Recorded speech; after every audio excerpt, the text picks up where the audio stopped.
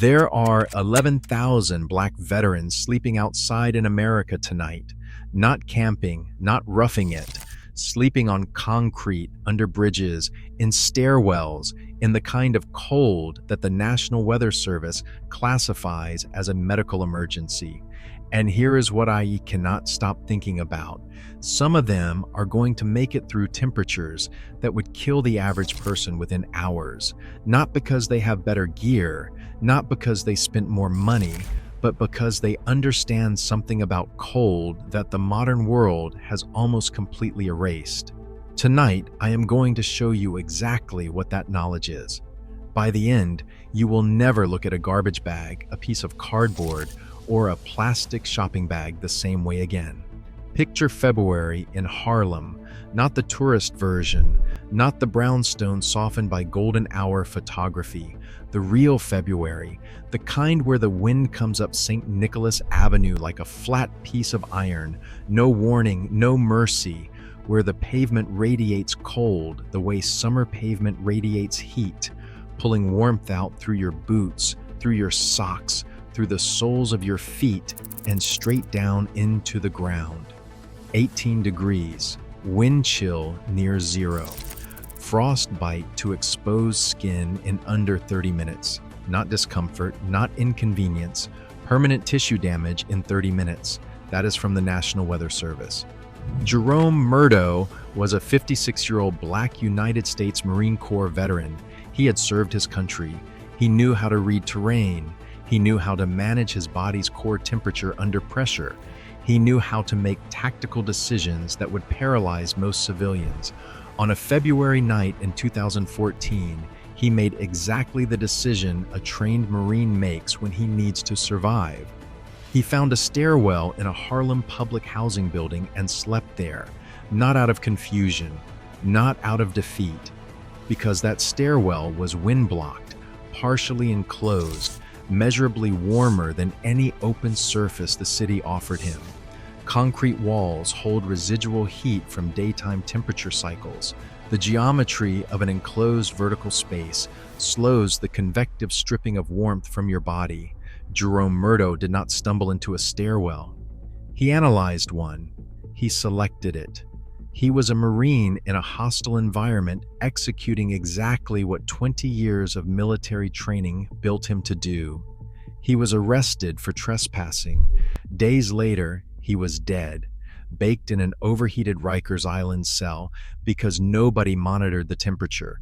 New York City paid his mother $2.25 million in a wrongful death settlement, but the system that made a public housing stairwell the best available survival option for a black Marine veteran on a winter night in America's most expensive city did not write a check for anything. So here is the question that should stop you cold.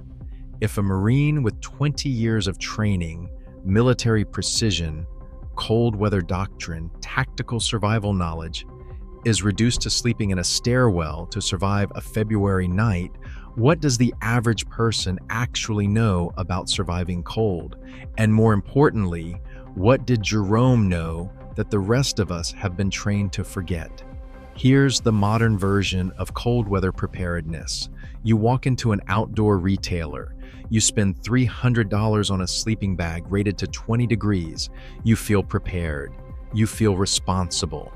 And you don't ask because nobody in that store tells you to ask what that temperature rating actually means. The EN 13537 standard that generates that rating assumes you are inside a tent, wearing a complete thermal base layer system, sleeping on an insulated pad rated to match. Take that exact same bag, place it directly on cold concrete, and you have just destroyed 40 to 60% of its rated insulation value. Here's why. The only thing doing any insulating in that bag or in any insulated jacket, any sleeping bag, any down blanket ever manufactured is trapped AIR, still motionless, completely undisturbed air. That's it. That's the entire mechanism. Cold concrete compresses the fill beneath your body. Compressed fill cannot trap air, And the moment you compress the air out, the insulation is gone. What you have left is a fabric shell conducting heat directly from your body into the ground. Now here's the number that changes everything.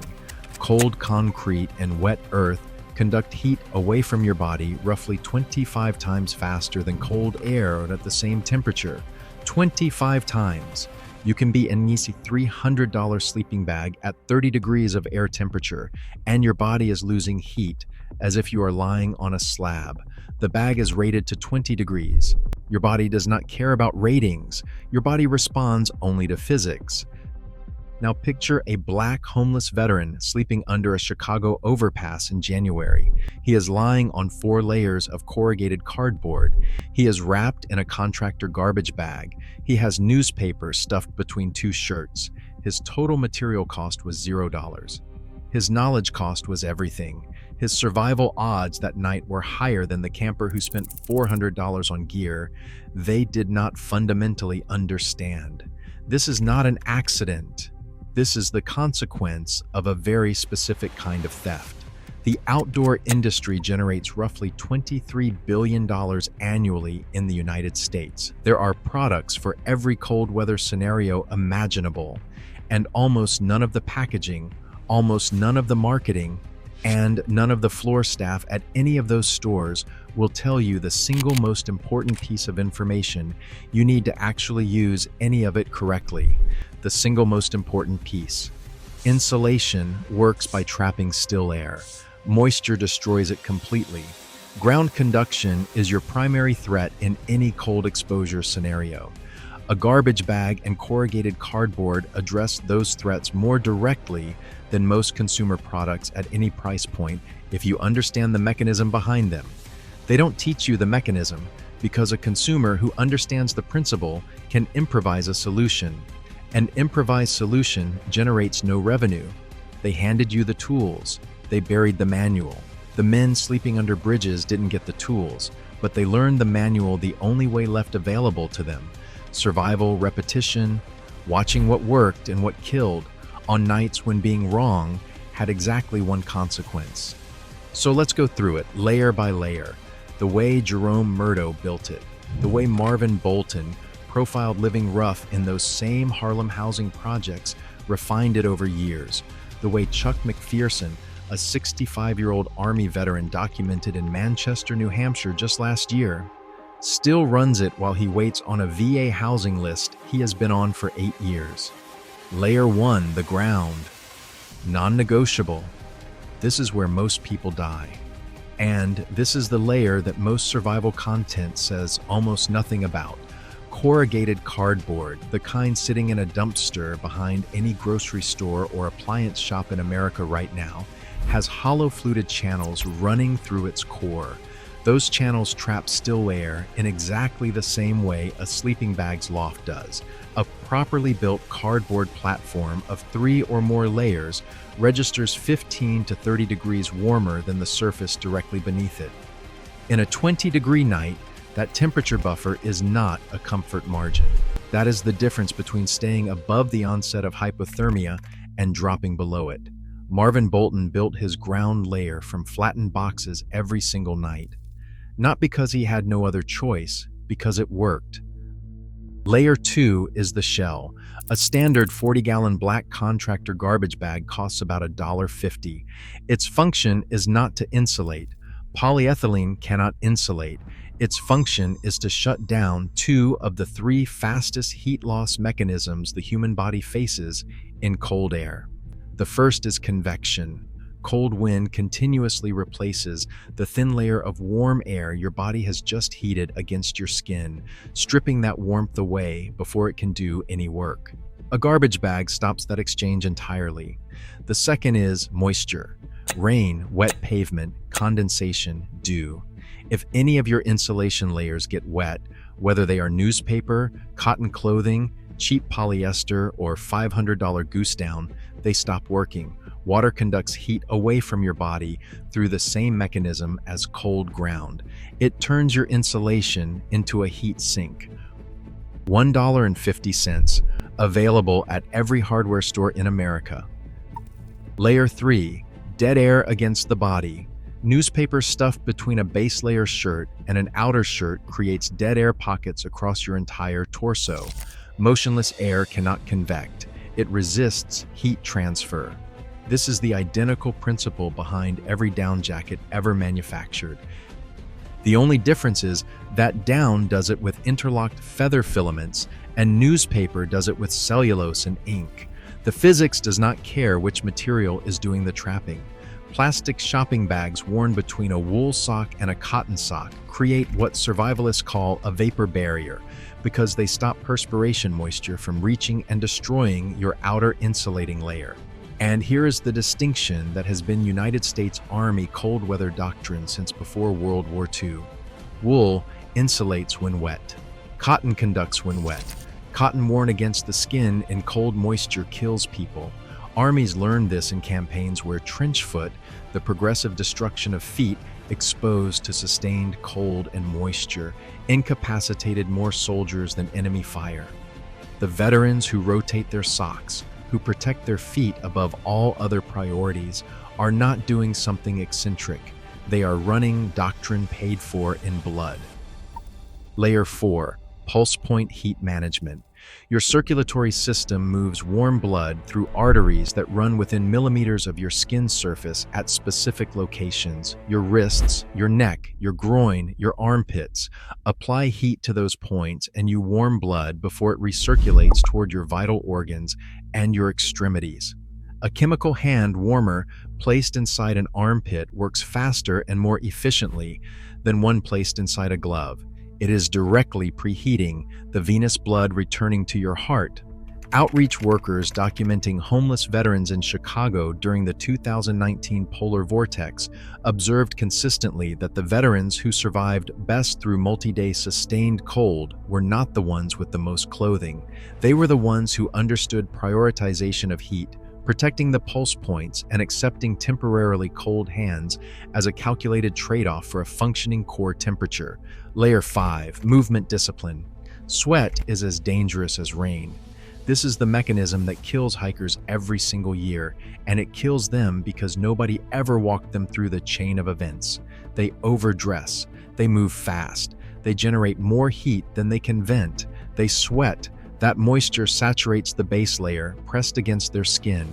They stop. The temperature drops. Now they are wearing a cold, wet compress in below freezing air. Evaporation pulls heat out of your skin at 0.58 kilocalories per gram of water. Physics working against you at the molecular level. Heat energy is consumed by the phase transition from liquid to vapor.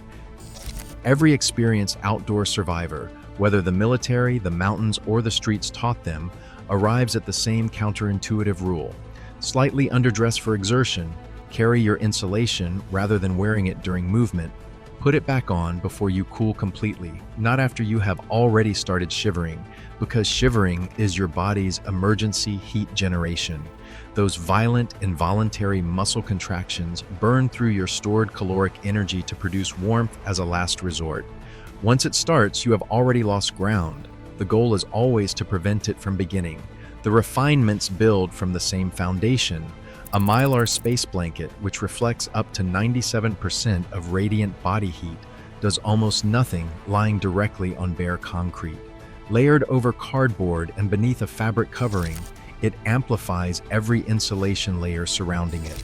A hot water bottle pressed into the armpit while you sleep warms blood directly and continuously through the night. The fetal sleeping position, knees drawn to chest and arms tucked close, reduces your body's heat emitting surface area to its smallest possible profile.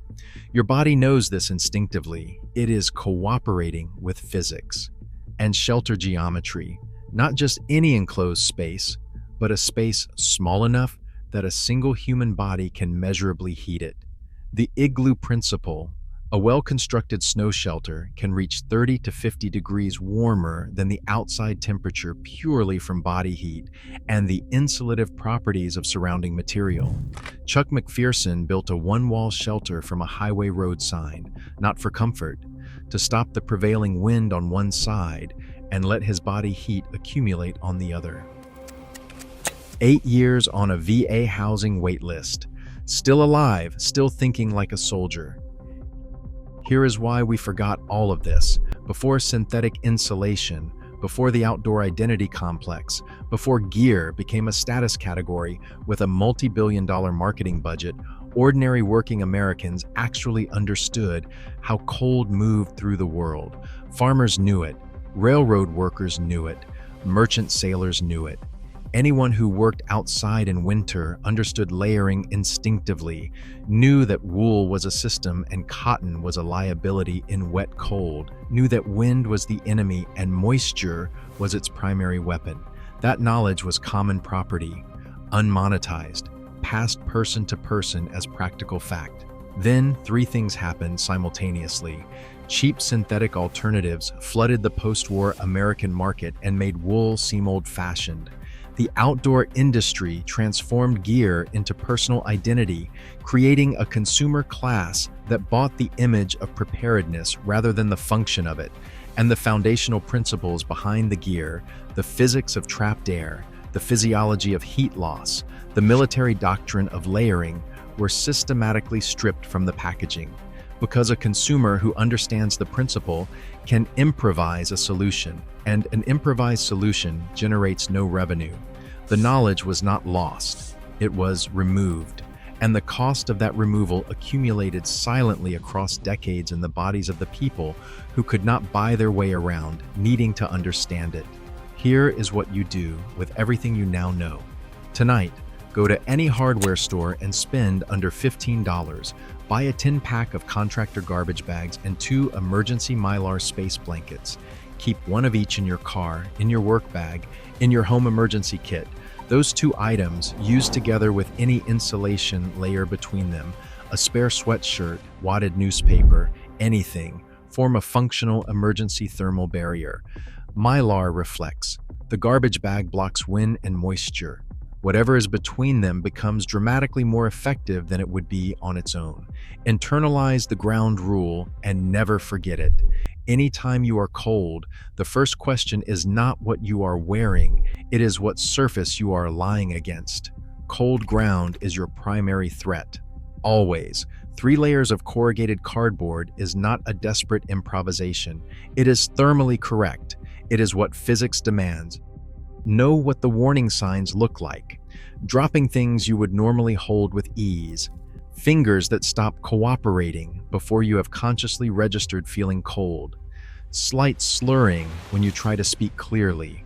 These are early signs that your core temperature is already falling and your body is pulling blood inwards to protect your organs. When shivering stops on its own without any external warmth applied, that is not your body recovering. That is your body exhausting the caloric fuel needed to power its emergency heat system. Without intervention, that moment ends in unconsciousness. Know what that looks like, because it could be someone you walk past tomorrow morning and mistake for sleeping. Jerome Murdo was not lost when he chose that stairwell. He was a Marine applying 20 years of tactical precision to the problem of staying alive in a city that had decided his life was worth less than the cost of a housing voucher. He was a thermal engineer working with materials the rest of us step over on the way to the parking garage. And on every overpass, in every stairwell, beneath every highway underpass in this country tonight, there are men like him. Black veterans catastrophically, disproportionately overrepresented among the unsheltered, running survival systems built from discarded objects, executing military doctrine on zero budget, keeping alive a knowledge that the modern world trade away for a profit margin. The knowledge was never lost. It was abandoned, stripped from the packaging, buried under 30 years of synthetic marketing, and left to be preserved by the people too poor to buy their way out of needing to understand it. This channel exists to drag it back into the light. Subscribe, not to follow a channel, but to join an investigation into everything the modern world decided was not worth selling. And tell us in the comments, have you ever been caught underprepared and cold you did not see coming? What happened? Because every answer in those comments is the beginning of a knowledge base that belongs to everyone, the kind they stopped putting putting on the packaging a long time ago.